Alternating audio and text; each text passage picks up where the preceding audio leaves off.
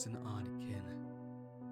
Not in a crazy sociopathic way that made me want to light animals on fire and murder my parents, but I viewed the world with little to no excitement. I simply went with the crowd. I didn't care. I couldn't. Nothing truly interested me. Of course, I laughed at things that were funny and I cried when I was sad. But at the end of it all, I just carried on. I didn't have many dreams, hopes, aspirations. Ever since I was young, I had the I'll figure it out when I get there mentality. I was bored all the time. Day after day passed. Year after year went on. Boredom tormented me each second. I began to forget faces, forget names, forget memories on purpose. They held no meaning for me. Person after person who came up to me, who gave me a hearty hello, who introduced themselves as this person and that just blurred together. I tried to shake it off at first, but then I just decided, why should I even bother? Why should I use my energy to speak to someone who I didn't want to? I couldn't grasp onto a single piece of my life, my surroundings, my own self, and my place in this world. I lost all sense around me, my only desire to feel the time pass by, for another day to come and go, again and again and again. Hey, I felt a tap on my shoulder during my first period class sophomore year, during the harshest winter of the year. I turned around to see a student I didn't recognize. Of course I didn't seem to recognize anybody these days. But he caught my attention. The boy was handsome in a way that could be easily overlooked. He was wearing a sly expression on his face, a mouth teasing into a smile. His eyes were bright green. I noticed there was silence, but he was still staring at me with that half smile. What? I asked. I nearly flinched when I heard how sharp my tone was. Sometimes I forget how to talk to people.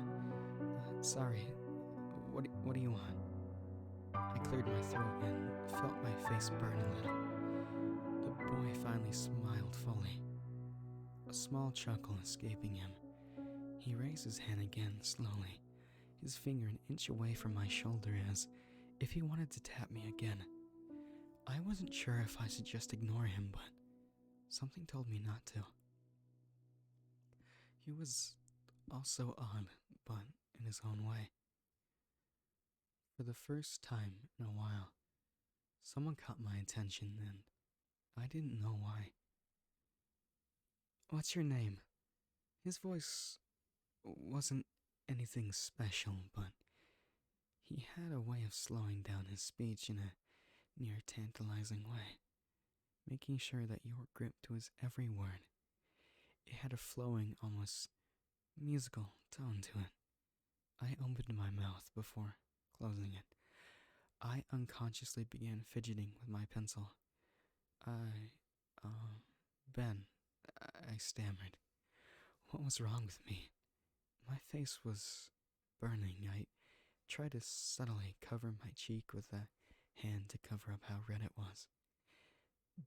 Ben, as in Benjamin? Can I call you that? The boy asked me, lazily moving his hand away from me. The setting sun made his red hair glow a little brighter. It looked like flames. He looked beautiful. Sure, I nodded. I couldn't understand it, but he seemed to have an unending amount of confidence, or maybe he just didn't care. He looked as bored as I was, but unlike me, who was waiting for something interesting, he decided to take action. Who's that? He pointed at the girl sitting in front of me. I don't know, I responded sheepishly. I wasn't lying. What a shame. He sighed loudly, his deep, dark eyes slowly dragged back to me. After a few seconds, he laughed softly, waving a hand in front of my face as if to catch my attention. I realized I was staring. My face began to burn again. He leaned forward, cupping a hand over his mouth so only I could see what he was saying. Benjamin. His voice was a deep rumble, a whisper. Are you bored? I blinked, taken back. Yes, I replied. The boy smiled. Who was he? He was such a bizarre character. I was absolutely fascinated. Benjamin, he said, slowing down his sentences even more. The last letter of his every word swinging upwards in a sing-song tone. Can you be my friend? Wait. What's your name? I changed the subject. Would you even remember it, Benjamin? The boy pouted. He was acting silly, but his voice was deep and scolding. I paused for a few seconds, trying to comprehend what this entire conversation was. Of course I would, I said, trying to act naive. I wasn't even sure I could if I tried. I'll hold you to that, but not now. The boy raised his hand once more and touched my shoulder once again. Do you believe in the supernatural, Benjamin?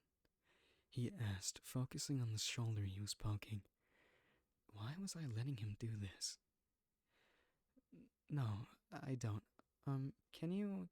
I pointed at his hand, which was still on my shoulder. His sly expression dropped to a more disappointed one.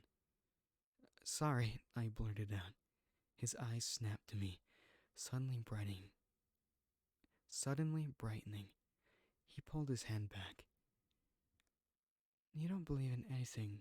Ghosts, vampires, ghouls, shapeshifters? He asked. No. Please? Please?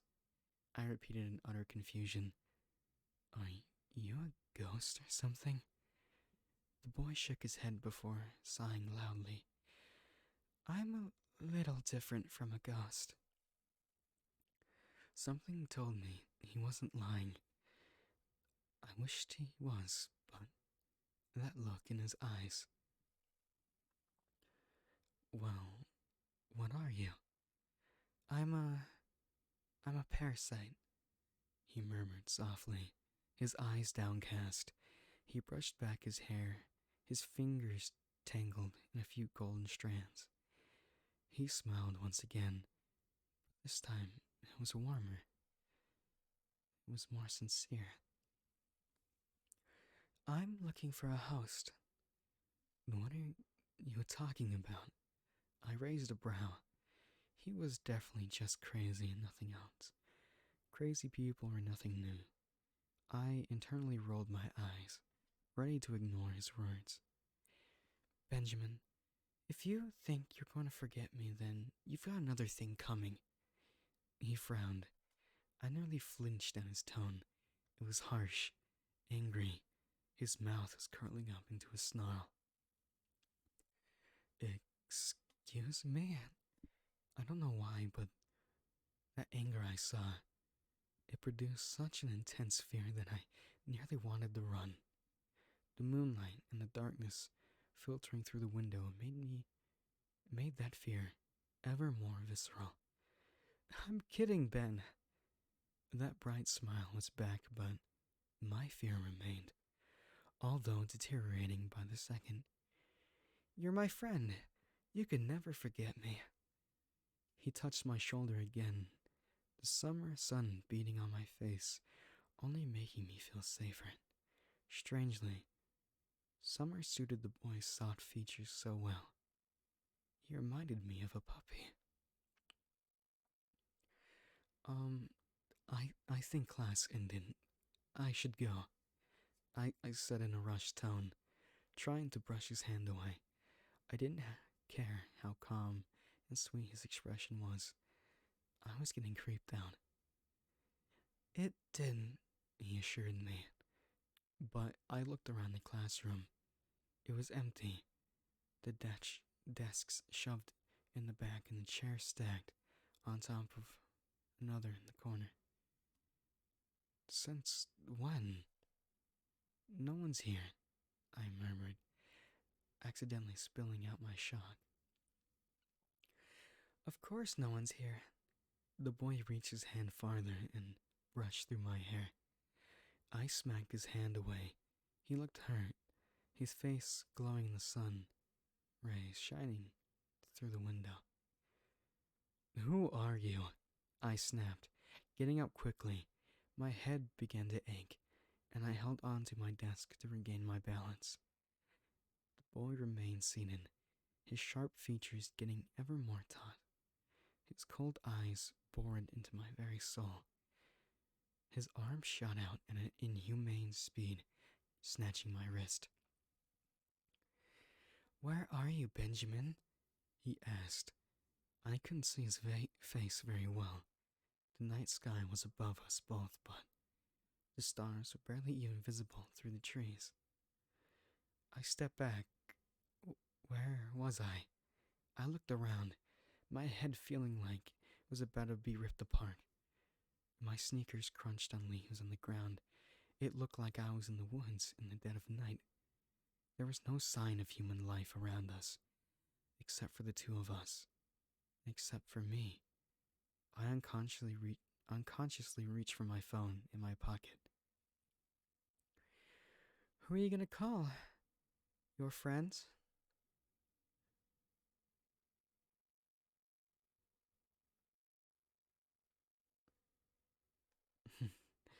The boy laughed harshly, his face tightening, his bones pressing his skin. I'm a parasite, Benjamin. I warned you. The moonlight sifted through the tree leaves. Every crevice and indent of his face was contrasted darkly with the features of his skin that were lit by the moon. I couldn't see his eyes. I tried to pull my arm away from his grasp, to no avail. You know, Benjamin, I feast on thoughts. I feast on you. On your everyday perception of reality. I have utter control of you. He chuckled before his jaw clenched. But I don't like you. You're disgusting.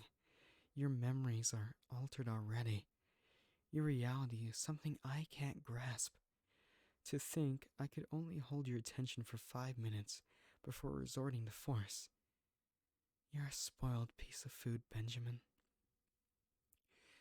What the hell are you talking about? I yelled. His grip was so tight I could see my circulation was being cut off. My hand was turning a deep purple. You can't remember anything around you. You live such an isolated life. It's pathetic. He snarled.